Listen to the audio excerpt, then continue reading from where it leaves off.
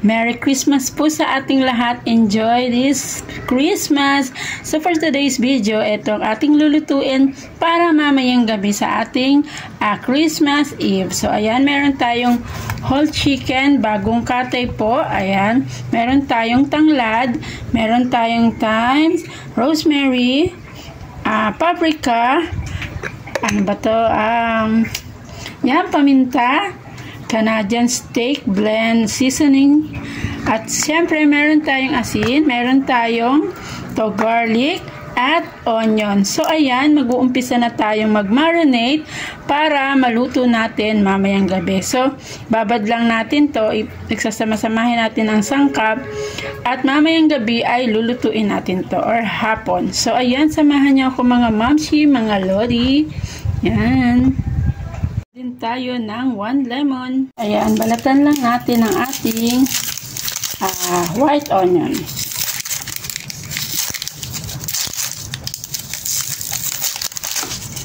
Ayan.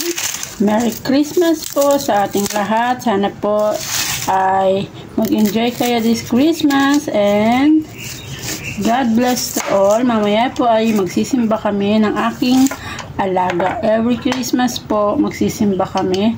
So cut lang natin siya ng ganyan. Ayan. Ito naman ang ating garlic. Parang i-cut lang din natin to. Ayoko ng para hindi siya mahati. Parang ganyan lang din.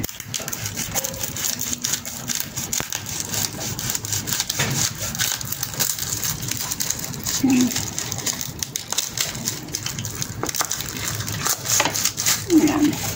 Ganyan lang siya. At may tanggal. Half lang gagamitin natin dito sa ating lemon.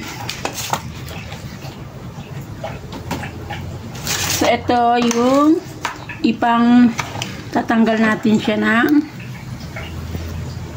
langsa sa ating chicken. So ayan, i-massage lang natin siya. Sa likod naman, sulkili, para matanggal yung langsa sa ating chicken. Babad lang natin siya ng 2 to 1 hour. Okay na po yun. Ready ng ating mamaya, pinaupong manok. So ito ang ating seasoning steak. Malasa din po ito. Massage lang natin. Maglagay din tayo sa loob para mabot yung lasa doon. Yan.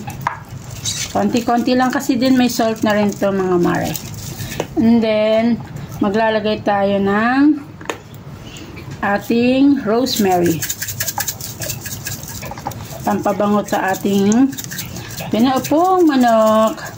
Ayan, bagong katay po ito mga mare.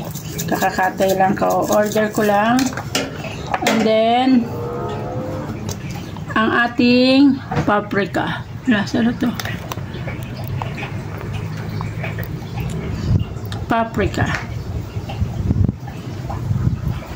Kabilang side.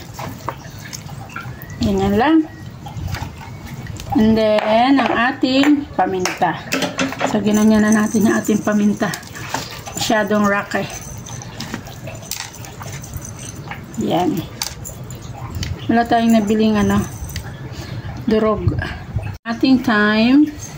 Isa rin to sa pangpalasa, mga mare.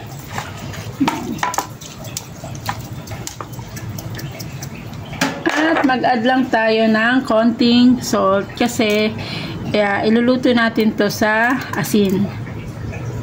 Balik-balik tayo lang natin at massage natin. Babad natin siya ng 1 hour. At ilagay na rin natin tong ating onion. Ay, ang ating onion nga. Tama. Siyempre, ito muna pala. Ito muna ating, dapat pala niliit-liitan ko to, no? Ayan. Ating tanglad. Siyempre, lagay na rin natin ang ating garlic. Yan.